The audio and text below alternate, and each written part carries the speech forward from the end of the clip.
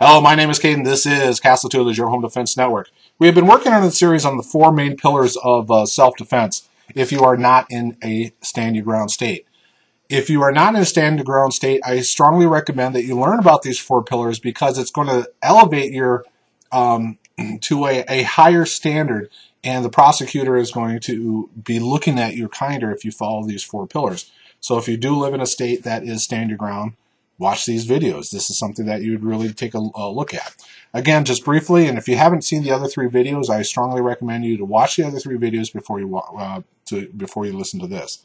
Again, the four are: reasonably and immediate fear of death or great bodily harm for yourself or another, must be an innocent party, no reasonable means of retreat. And the fourth one, and we're going to be talking about no lesser force would suffice, deadly force was the only option. Basically what this is that if you can stop something other than deadly force, the law requires you to consider it. It doesn't say that you have to use it.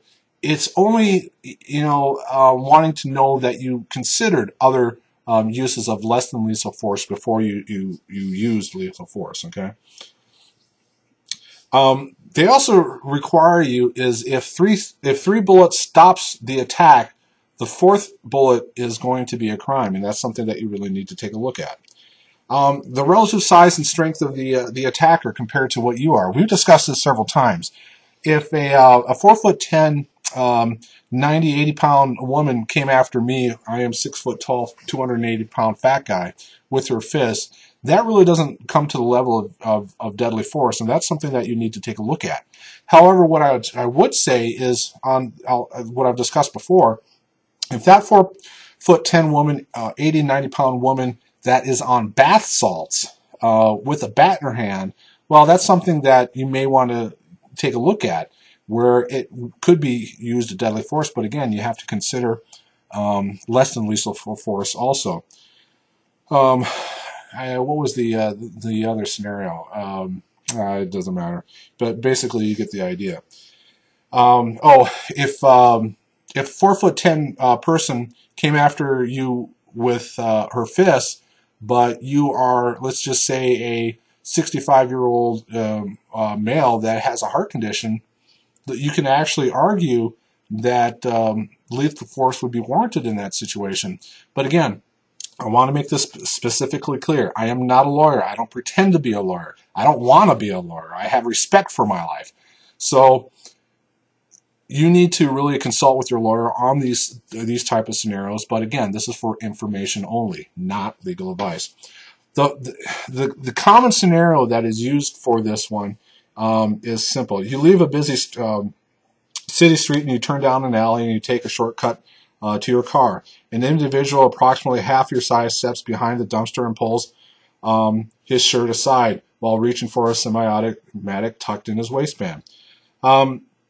Technically, your first mistake, well, you haven't broken any of the rules yet, but you put yourself in a risky situation that could have been avoided if you had stayed with the crowds. A couple of months ago, I was in Omaha, and I was at a downtown hotel, and the concierge talked about a great steak place that was like 4 to 6 blocks, and I was going to walk there.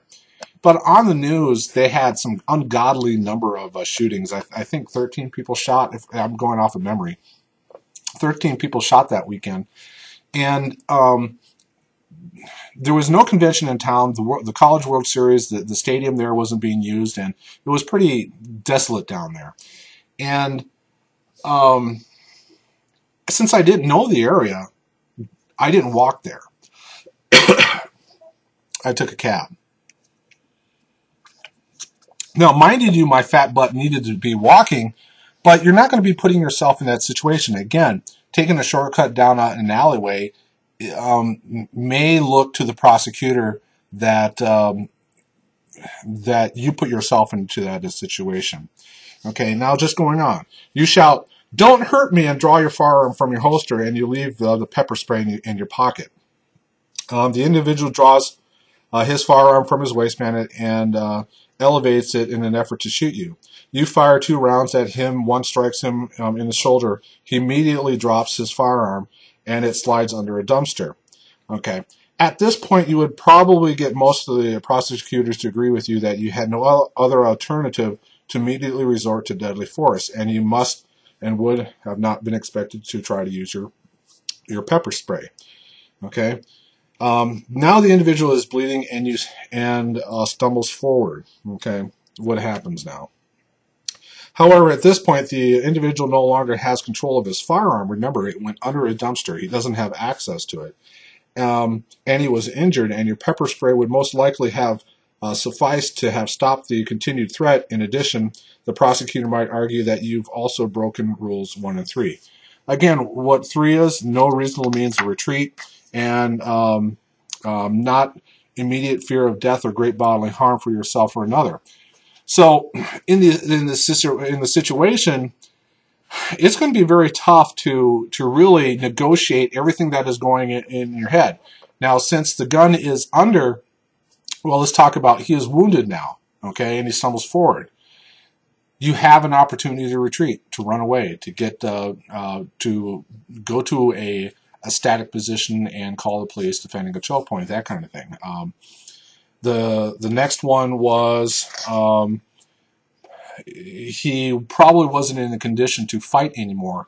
That at that point, if you did stay and you had pepper spray, the pepper spray may have been a better scenario where you can spray and get away. And I've seen plenty of reports that pepper spray just tends to piss people off. And if you have a dedicated individual who's mentally deranged or on bath salts or drugs, that may escalate him into an adrenaline dump where he can injure you again. So that's a call that you really need to take a look at. So we've gone over the 4 pillars. Whether you are in a standing ground state or whether you are in a duty to retreat state, those 4 pillars should be looked at very heavily. I think this last scenario was a tell-all because it really incorporates most of all the scenarios that you need to think about.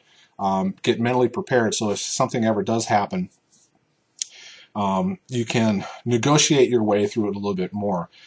In the future, I'm going to be talking a little bit about the stresses that your body goes under, and it's something that you really need to take a look at of how your body reacts to stress, and we'll go from there. The 4 pillars, you need to take a look at them. My name is Kane. This is Castle Tutelage, your home defense network. I hope this helped.